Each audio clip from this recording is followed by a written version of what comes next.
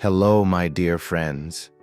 It's so good to have you here with me on another episode of The Gentle Path. Today, I want to talk about something that's been on my mind lately, a subject that touches all of us as we step into and beyond our 60s. Who or what do we truly rely on as we grow older? It's a question worth pondering deeply, isn't it? Because as life shifts and our roles change, it becomes clear that the support systems we leaned on in the past don't always stand as steady as they once did. But don't worry. This isn't a conversation about fear or loss. This is about empowerment. It's about building the kind of inner and outer strengths that carry you with grace through every stage of life. Let's begin with the first pillar: financial stability. Now, I'm not going to sugarcoat this. It's one of the most crucial forms of support you can ever have.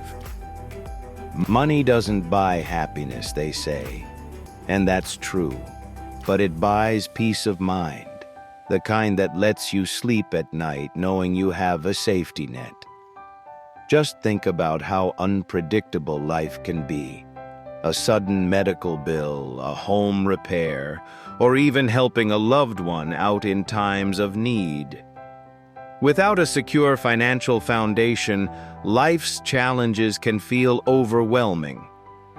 I recently read about Richard, a retired man in his 70s, who found himself in a tough spot when unexpected costs drained his savings.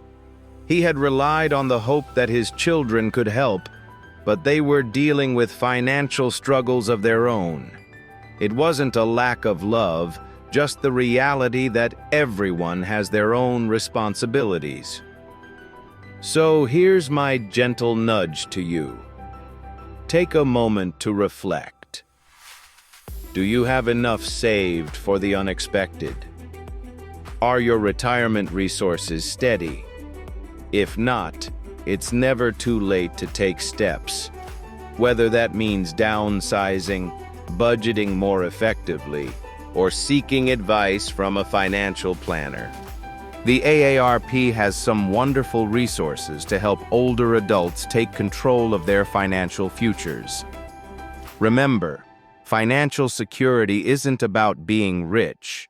It's about being prepared so you're never left vulnerable. Now, let's talk about the second pillar: physical health. There's an undeniable truth about aging. Your health becomes either your greatest ally or your toughest obstacle. You know, as much as our loved ones care for us, no one can exercise for us. No one can choose healthier meals for us.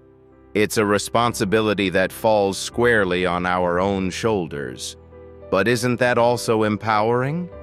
A 2019 study published in the Journal of Gerontology found that regular exercise, even a simple daily walk, can significantly increase mobility and quality of life in older adults. Yet, too often, people wait until health issues arise before taking action. You don't have to be one of them.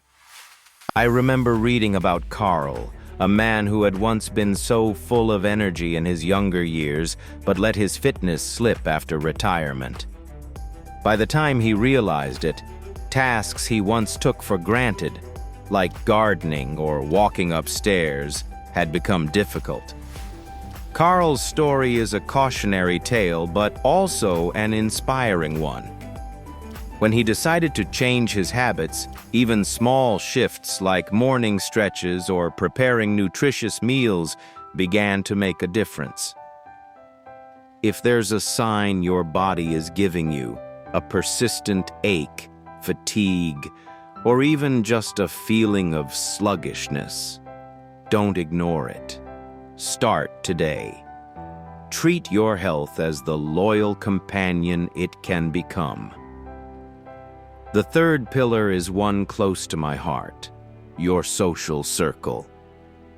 Isn't it true how fast the years can pass since you had a good, heartfelt laugh with an old friend? Life has its way of shrinking our social worlds if we're not careful. Friends move away or grow apart, and before we know it, the companions we thought would always be there start to dwindle. But here's the thing. Loneliness isn't just a feeling. It impacts both our emotional and physical health. Did you know that the CDC reports older adults who stay socially engaged tend to live longer and face fewer health risks? Let me share Margaret's story. She always relied on her family for connection and companionship. But as her kids got busier with their careers and children, those connections, while still loving, felt less frequent. Realizing this, Margaret reached out to an old college friend, joined a local gardening club, and even began attending a weekly yoga class. Soon her days were enriched, not with more commitments, but with people who brought her joy and understanding. If your social circle feels smaller than it used to, let today be the day you decide to build it back up. A quick call to an old friend, attending a neighborhood gathering, or trying out a community activity. These small steps can create ripples of connection.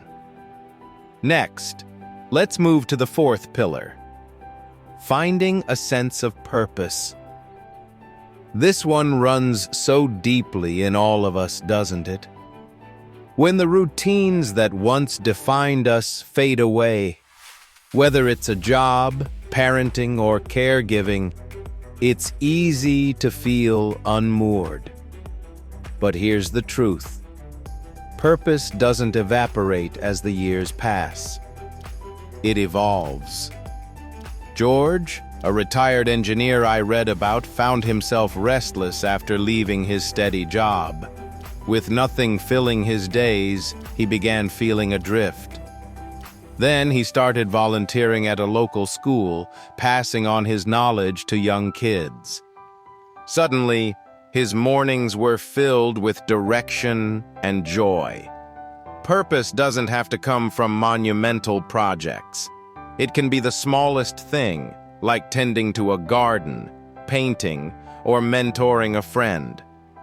And this brings us to the fifth pillar: emotional resilience. Let's take a moment to reflect here. Life has its way of testing all of us, doesn't it? After 60, the challenges keep coming. They just change form. Maybe you've faced the loss of a loved one, or old friendships have drifted apart. It can feel tempting to rely on family to carry our emotional burdens, but everyone has their battles, and we can't always expect others to fill the gaps inside us. Instead, this is where building emotional resilience becomes so vital. Just think about Helen's story. After losing her husband of 40 years, she initially leaned heavily on her children. But over time, she realized that true emotional healing had to start from within.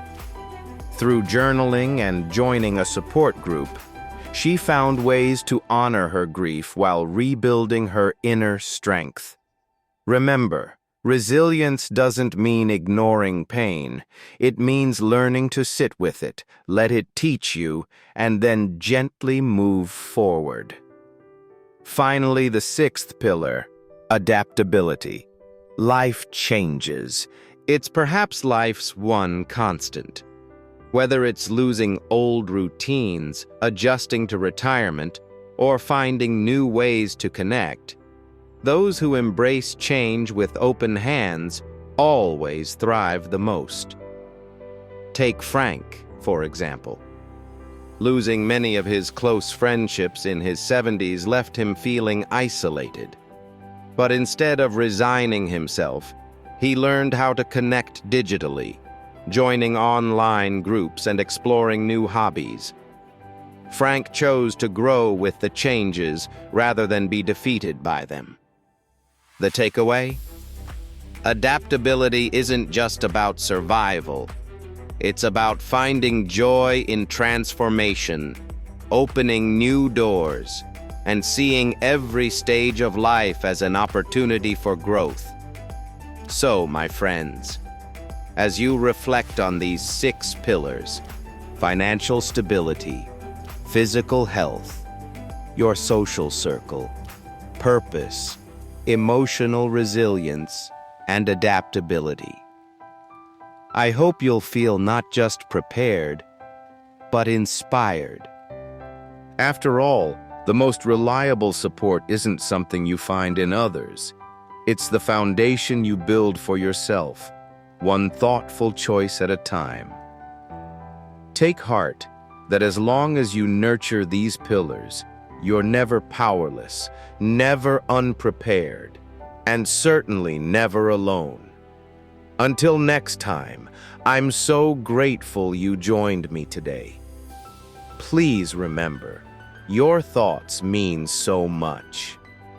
Leave a comment sharing which of these pillars resonates most with you. It warms my heart to hear your stories.